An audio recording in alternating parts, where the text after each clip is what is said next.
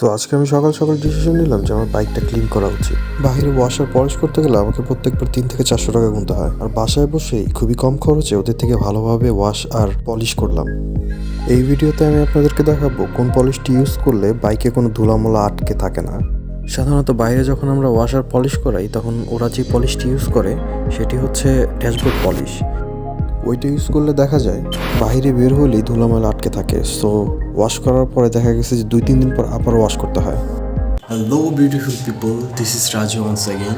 আর আপনারা দেখছেন mister Raj YouTube channel. So basically আজকে আমি আমার বাইকটা ক্লিন করব, কীভাবে পলিশ এবং কি হচ্ছে প্রপারলি ক্লিন করতে হয় বাসায় বসে কোনো কিছু না থাকলে, সেটা আমি আজকে আপনাদেরকে করে দেখাবো।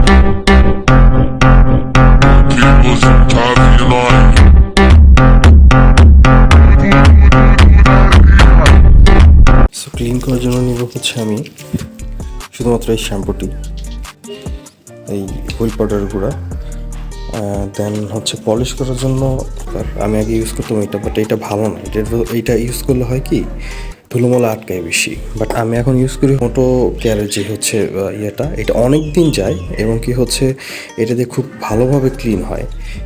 ক্লিন করার পর এটা দিয়ে হচ্ছে পলিশ করার পরে ধুলো ময়লা একটু আটকায় না, একবার ব্র্যান্ড নিউ কন্ডিশনে চলে যায় বাইকটা। সো এই হচ্ছে আমার বাইকের অবস্থা। এটা বিফোর ওয়াশ, খুবই ময়লা পড়ে আছে। যেহেতু ভাই আমরা খুব গরিব মানুষ, তাই আমাদের কাছে অত এক্সপেন্সিভ ওয়াশ করার মেশিন নাই। বিলিং করার সময় যখন এই পাইপটি ছিল, ওই পুরাতন পাইপটি আমি হচ্ছে কলের মধ্যে সেট করি। আর যে পুষারটা দেখতে পারতেছেন এইটা হচ্ছে ওয়াশরুমের পুষার। সো আপনারা চাইলে হচ্ছে এটা কিনেও নিতে পারেন। এটা হচ্ছে 100 টাকা হইলে 100-150 টাকা হইলে এটা কিনতে পাওয়া যায়। So it's not a big deal. Just হচ্ছে পাইপটার সাথে একটা লক দিয়ে আমি লাগিয়ে নিয়েছি।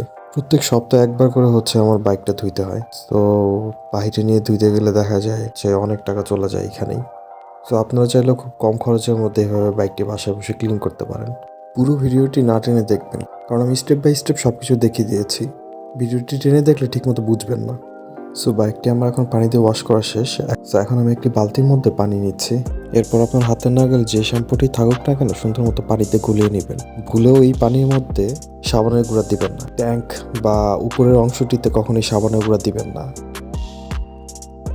নিচের অংশগুলোতে যেগুলোর মধ্যে বেশি কাদা লেগে থাকে, যেমন স্ট্যান্ড, তারপরে হচ্ছে নিচের চ্যাসিস, চাকা, এগুলোর মধ্যে আপনি হালকা সাবানের গুঁড়া দিতে পারেন। বাট ভুলেও উপরের দিকে কখনোই সাবানের গুঁড়া দিয়ে ক্লিন করবেন না, শুধুমাত্র শ্যাম্পু দেবেন। আমি এখানে 3 থেকে 4টা শ্যাম্পু নিয়েছি, আপনারা চাইলে আরও বেশি বা কম আপনাদের পরিমাণ মতো দিতে পারেন।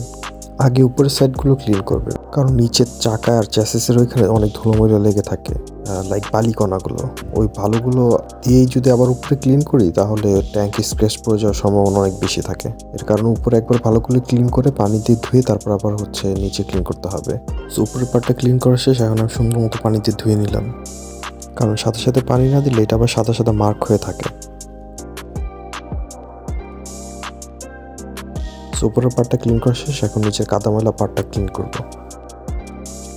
চেইন, চাকা, তারপর নিচে চ্যাসিস, এগুলো সুন্দর করে ক্লিন করতে হবে। আর যেই জায়গাগুলো হাত পৌঁছায় না ওইগুলো ব্রাশ দিয়ে ক্লিন করতে হবে, চিপা চাপাগুলো। কিন্তু আমি ভাই 1 ঘন্টা ব্রাশ করছি, আমার ব্রাশটা খুঁজে না পেপার হাত দিয়ে ক্লিন করছি। সো আপনারা ব্রাশ কিনে নেবেন, 10 থেকে 20 টাকা বা 30 টাকা নিতে পারে একটা ব্রাশের দাম। রং করার যে ব্রাশগুলো থাকে ওই ব্রাশগুলো কিনে নেবেন হার্ডওয়্যারের দোকান থেকে। বাইরে যদি ক্লিন করতে চায় এত সুন্দর করে ওরা ক্লিন করে দেয় না, চিপা চাপাগুলোর মধ্যে সাদা সাদা হয়েই থাকে। কিন্তু ঘরে বসে যদি আপনি নিজে হাতে ক্লিন করেন ওইগুলো সুন্দর মতো ক্লিন করতে পারবেন।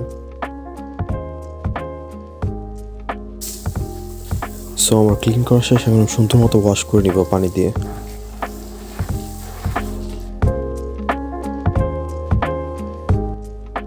মোর এখন বাইক মোছা শেষ হইয়া গেছে।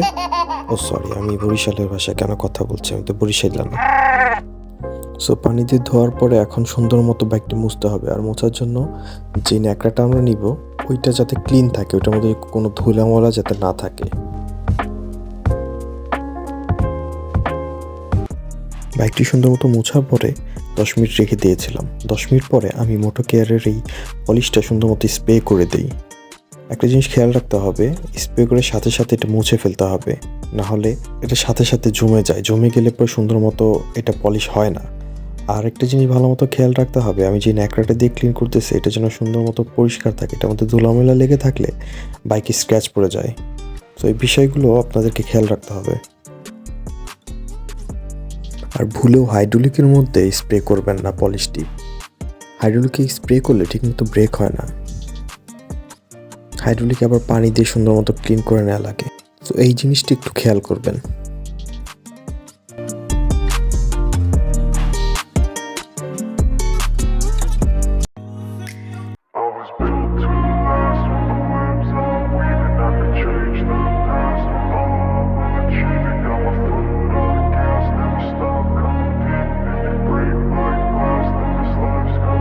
I wanna be the best in the game, invest in my name. Check no restraints, I'm obsessed with the pain. I ingest, I retain, assess and I change. Possessed by the thought I'll be free one day from society's restraints. Money, clout and fame, mud, disease, a plague. We all love to hate, have to play the game, have to make a name. All our insecurities are on display. This is war with the enemy, think that it was meant to be. Living in a time where disease is on every screen. I won't let them fester me, I know most are festering. Negativity is a plague for the mentally weak. No mercy, all I got is working. Never stop searching, never quench the thirsty. I'm toxic and psychotic with this logic, you can't stop it. It's been chronic since I was a boy, so neurotic and chaotic. Built to last with the webs I'm weaving. I could change the past with all I'm achieving. Got my foot on gas, never stop competing. If you break like আর এই হচ্ছে বাইকের final